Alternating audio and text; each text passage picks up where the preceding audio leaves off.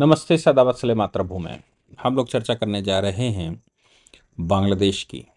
बांग्लादेश की चिंता इसलिए अपने को सताती है क्योंकि बांग्लादेश 1947 से पहले भारत का हिस्सा था और बांग्लादेश को देश बनाने का श्रेय भारत सरकार को जाता है। बांग्लादेश वो हिस्सा था जो ईस्ट पाकिस्तान कहलाता था और ईस्ट पाकिस्तान और वेस्ट पाकिस्तान जिन्होंने इसलिए चुने थे क्योंकि वो हिंदुस्तान को फतेह करना चाहता था। एक तरफ हिमालय, एक तरफ महासागर, एक तरफ बांग्लादेश और दूसरी तरफ पाकिस्तान, हिमालय के उस तरफ चाइना। तो आप सोच लीजिए कि किस चारों ओर से क्या षड्यंत्र रचा गया था।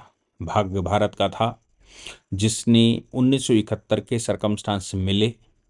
भारत ने अपनी तरफ से इनिशिएट नहीं किया था, भारत के ऊपर पाकिस्तान ने हमला किया था, जिसके रिटेलिएशन में, जिसके जवाब में भारत सरकार युद्ध में कूद पड़ी थी। बांग्लादेश भारत ने अलग नहीं करवाया था, बांग्लादेश में मुजीबुर रहमान जीत कर गए थे और वहां उनको प्रधानमंत्री की शपथ देने से मना कर दिया था। ये कह दिया गया था तुम मेन लैंड ऑफ पाकिस्तान नहीं हो, इसलिए तुम प्रधानमंत्री नहीं बन सकते। शेख मुजीबुर रहमान ने एक मुक्ति वाहिनी बनाई और वहां आंदोलन छेड़ दिया। उस आंदोलन के बीच में पाकिस्तान। और मजे की बात यह है कि मुस्लिम लीग की स्थापना तो ढाका में ही हुई थी। हकीकत यह है कि पाकिस्तान बनाने का पूरा खेल तो बांग्लादेश के हिस्से में ही हुआ था। नोवाखाली की घटनाओं की बात करें या फिर और दूसरी घटनाओं की, ढाका में घटनाओं की बात करें, वो सारी घटनाएं उस क्षेत्र की थी। लेकिन जिन्ना मानता था कि जब तक उसको वेस्ट पाकिस्तान नहीं मिलेगा जो आज का पाकिस्तान है, तब तक उसको सुकून नहीं मिल सकता, क्योंकि वेस्ट पाकिस्तान का संबंध उधर मुस्लिम कंट्रियों के साथ था। इसलिए उसको लगता था कि मुस्लिम कंट्री उसके 3 साइड में होंगे, एक साइड में भारत होगा, तो वो भारत को फतेह करने में सफल हो सकता है, भारत को वो जीत लेगा। इसलिए उसने जानबूझकर ये सब षड्यंत्र रचा था। इसलिए बांग्लादेश की चिंता अपने को रहती है। और बांग्लादेश अगर चीन के पास जाता है, बांग्लादेश अगर पाकिस्तान के संपर्क में रह जाता है, तो भारत के लिए एक बड़े नए मुसीबत या समस्या का कारण बन सकता है। हालांकि बहुत बड़ा कोई इश्यू नहीं है बांग्लादेश को फतेह करना, लेकिन फिर भी मुस्लिम आबादी होने की वजह से भारत को नुकसान हो सकता है। इसलिए बांग्लादेश में शेख हसीना की सरकार पलटना, शेख हसीना का भारत आना, शेख हसीना के भारत आने के बाद बांग्लादेश सरकार के द्वारा शेख हसीना को बार बार मांगना, मोहम्मद यूनुस जो यूएस में रहता था, जिस ग्रामीण बैंक है जिसने खोल के रखी थी, मोहम्मद यूनुस का चीफ एडवाइजर बना देना, फिर यूएस के अंदर बिल क्लिंटन फाउंडेशन का कार्यक्रम होना, उस कार्यक्रम में ये मोहम्मद यूनुस को ये बताना कि भाई किन लोगों ने पीछे से खेल खेला था। और मजे की बात यह है कि बांग्लादेश के अंदर मोहम्मद यूनुस की सरकार इस समय सरकार नहीं है, एडवाइजर हैं, लेकिन मोहम्मद यूनुस की एडवाइजरी में अब सेना प्रमुख के भी तख्ता पलट की बात चल रही है। क्यों? क्योंकि सेना प्रमुख नहीं चाहता कि पाकिस्तान के खेमे में बांग्लादेश जाए, लेकिन मोहम्मद यूनुस चाहते हैं कि पाकिस्तान के खेमे में बांग्लादेश जाए। अब सवाल ये पैदा होता है कि यूएस में डोनाल्ड ट्रंप के आने के बाद इतना बड़ा चेंज कैसे आ गया। मैं सदैव से कहता आया हूं कि यूएस की खास बात यह है कि प्रेसिडेंट कोई हो, वो अपनी चाल नहीं बदलते। प्रेसिडेंट उसको कुछ कम ज़्यादा कर सकता है, लेकिन उनका जो सिस्टम है वो व्हाइट हाउस से चलता है।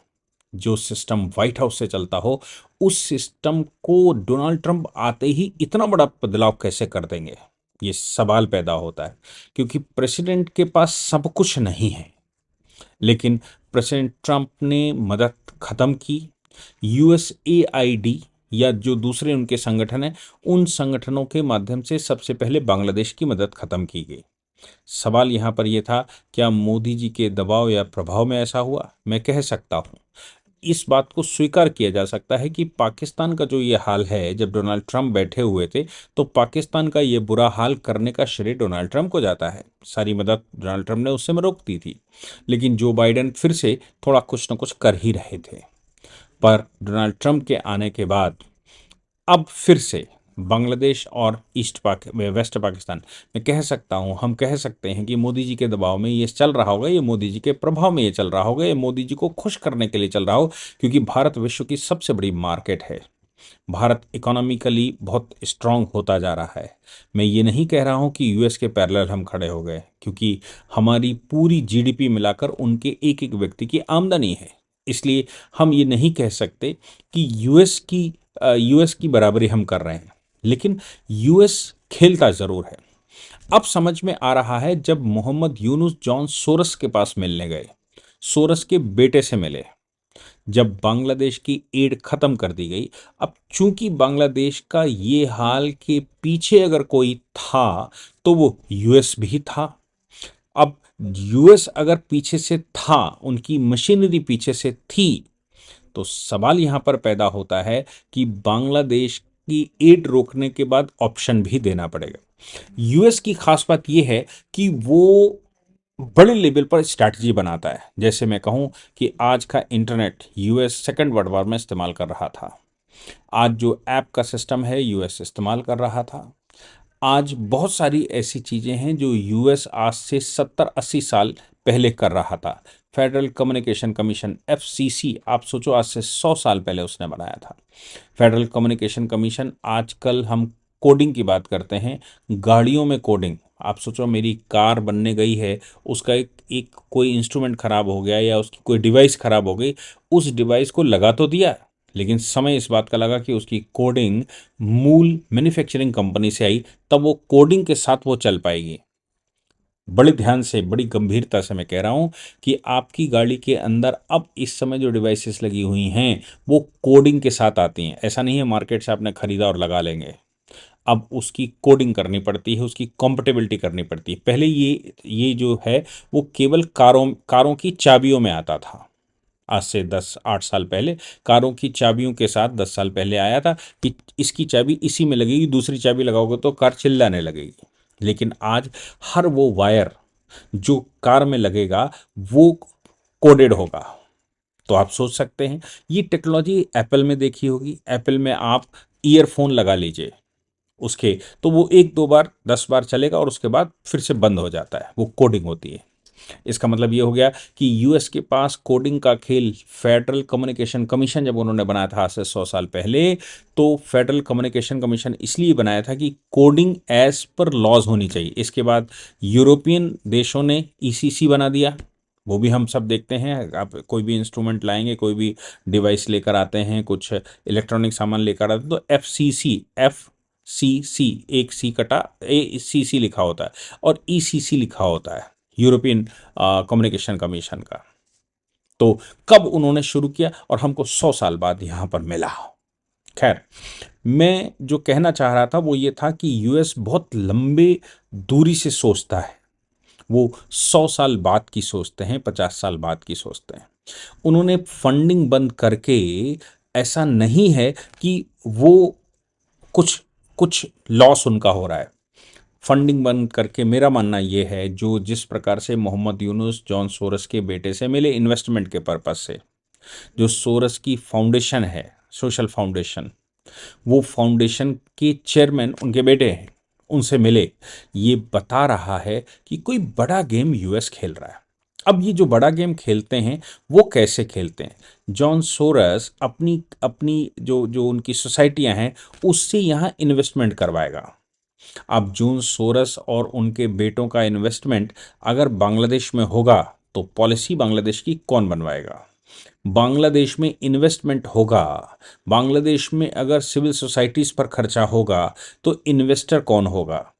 आमदनी कौन लेकर जाएगा? बांग्लादेश से कमाई कौन करेगा? ये सवाल है। यूएस सीधी मदद कर रहा था तो उनकी कंपनियां लाभ ले रही थी। अब वो ये, जब जिस प्रकार से डोनाल्ड ट्रंप कह रहे हैं कि हम टैरिफ बढ़ाएंगे, इनकम टैक्स भी ख़त्म कर सकते हैं, टैरिफ बढ़ाएंगे, यानी कि विदेशों में जो इन्वेस्टमेंट है, विदेशों में जो काम उनका चल रहा है, विदेशों में जो सप्लाई उनकी होगी, जहां मैन्युफैक्चरिंग हुआ वहां से यूएस में आएगा, इन पर सब पर टैरिफ बढ़ा देंगे। ये बता रहा है कि यूएस ने अपनी पूरी पॉलिसी शिफ्ट की है। वो प्रेसिडेंट ट्रंप के नाम से ही शिफ्ट की हो, लेकिन शिफ्ट की है।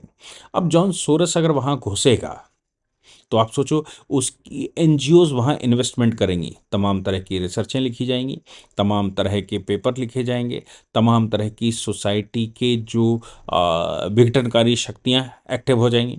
इसको ग्लोबल मार्केटिंग कहते हैं, ग्लोबल मार्केटिंग फोर्सेस। ये ग्लोबल मार्केटिंग फोर्सेस कंट्रियों से भी ज़्यादा स्ट्रांग होती हैं, कंट्री उनमें पीछे से सपोर्ट करते हैं। भारत में आप देख लीजिए, तमाम तरह की एनजीओ भारत में काम करती हैं। किसी हिंदू लड़की को कोई दूसरे रिलीजन का व्यक्ति भगा कर ले जाता है, रिक्शे वाला, पंचर वाला, उसका मुकदमा सुप्रीम कोर्ट तक लड़ने वाले लोग आते हैं। लाखों रुपए एक दिन की फीस लेने वाले दसियों तारीखों में प्रेजेंट होते हैं, करोड़ों रुपया खर्च होता है। कौन करता है? ये वही एनजीओज हैं जो ग्लोबल मार्केटिंग फोर्सेस के नाम से जानी जाती हैं। ये भारत में आपके परिवारों में फंडामेंटल राइट के नाम से, आपके परिवारों में ह्यूमन राइट के नाम से, आपके परिवारों में वीमेन राइट के नाम से, चिल्ड्रंस राइट के नाम से, जेंडर इक्वेलिटी के नाम से, ये तमाम तरह के विषय लाकर दिमागों को खराब करते हैं। लेटेस्ट उसका LGBTQ+ है। अब LGBTQ+ जैसी व्यवस्था वो यहाँ करते हैं, और इसका परिणाम निकलता है कि हमारे यहाँ फंडामेंटल राइट्स के नाम से, ह्यूमन राइट्स के नाम से और तमाम तरह के अधिकारों के नाम से या एक्टिविज्म के नाम से तमाम लोग सामने आते हैं। अब ये लोग सामने ऐवे नहीं आते, इनका खर्चा कोई उठाता है। ये लोग ऐसे ही सामने नहीं आते, इनके प्रोग्रेशन का, इनके प्रोपोगेशन का खर्चा कहीं से आता है। ये ग्लोबल फोर्सेस हैं, जो ग्लोबल मार्केटिंग फोर्सेस हैं, ये वहाँ प्रोडक्ट तैयार करती हैं। और MBA की पढ़ाई भी करवाते समय वो ये पढ़ाते हैं कि पहले आपको रिक्वायरमेंट जनरेट करनी है। अब रिक्वायरमेंट अगर जनरेट करनी है तो फिर इस तरह के काम होंगे। कभी आप किसी डॉक्टर के पास जाइए, उसके पास एक MR आता है, MR एक आईपैड लेकर आएगा या फिर वो टैबलेट लेकर आएगा और वो बताता है, सर ये साल्ट इसमें डालने से ये होता है, ये साल्ट इसमें। अब ये डॉक्टर वो पढ़ा नहीं है, जो पढ़ गया आज से 20 साल 25 साल पहले। अब ये जो साल्ट बताने वाला MR है, MR डॉक्टर को साल्ट बताता है और साल्ट बताकर उसके परिणाम बताता है। डॉक्टर के पास कुछ स्पेसिमेन जाता है और एक डील करता है। मोदी सरकार ने 2024-2023 के अंत में उसको एक नियम बनाया, लेकिन लोग कहते हैं उनके सबके काट उन्होंने निकाल दिए। ये जो रिसर्च करके मेडिसिन लिखवा रहे हैं डॉक्टर से, ये रिसर्चें डॉक्टर ने खुद तो करी नहीं। उसको ये MR क्या बता रहा है? जो खुद साइंस नहीं पढ़ा हुआ है, जो खुद बायोलॉजी से नहीं है, लेकिन उसको पढ़ाने वाले ने पीछे पढ़ाया और वो आकर डॉक्टर को बताता है, डॉक्टर से डील करता है, डॉक्टर कल से उसको लिखना शुरू कर देता है। डॉक्टर शाम तक अगर 1 लाख रुपए की दवा लिखता है तो आप समझिए कि डील 50, 60, 70% में भी होती है। डॉक्टर फीस नहीं लेता। एक बड़ी तादाद ऐसी है बड़े डॉक्टरों को जो फीस ही नहीं लेते।